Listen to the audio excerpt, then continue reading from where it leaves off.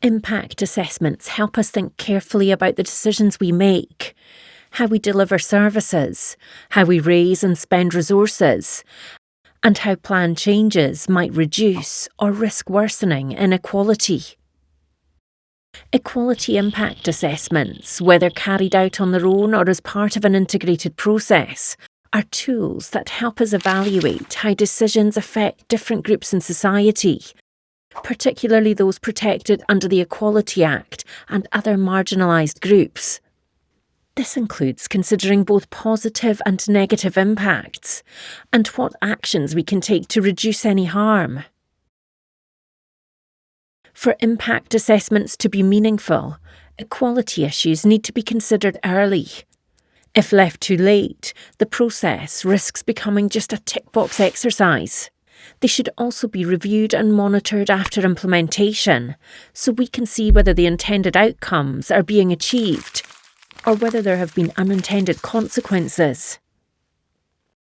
As part of the assessment, it's not enough simply to describe the problem or list evidence of inequality.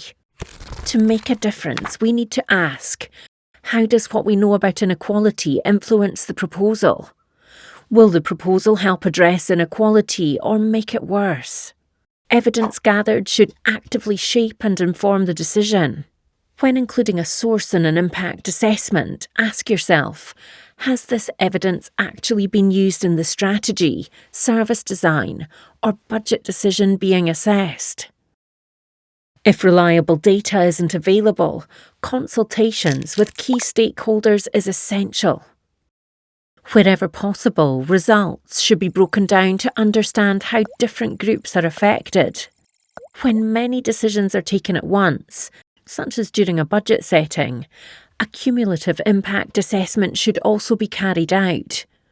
This helps identify how multiple decisions interact and whether together they create additional pressures on particular groups.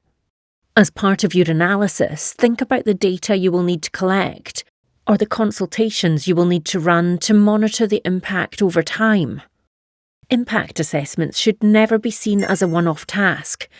They are a tool to support continuous learning and improvement. When considering the protected characteristics of sex, it's important to recognise the different expectations placed on men and women, particularly around unpaid care. These differences shape how people live and how decisions affect them. Too often, women and the inequalities they face remain invisible in plain sight. To improve consideration of sex as a protected characteristic, ensure the assessment looks at unpaid care responsibilities, feelings of safety, and experiences of poverty. For example, changes to school transport might mean more parents have to take children to school themselves.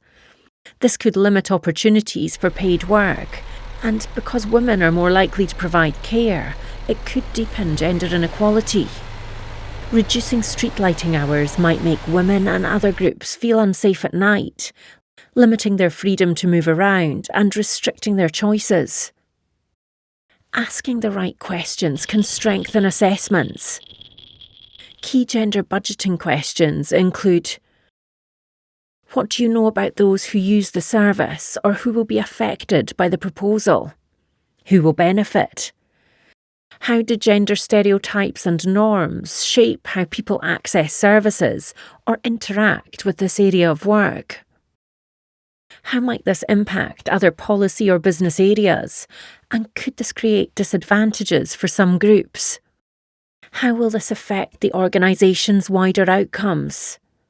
Will there be effects across a person's lifetime? Are there other ways that funding could be used to achieve better outcomes?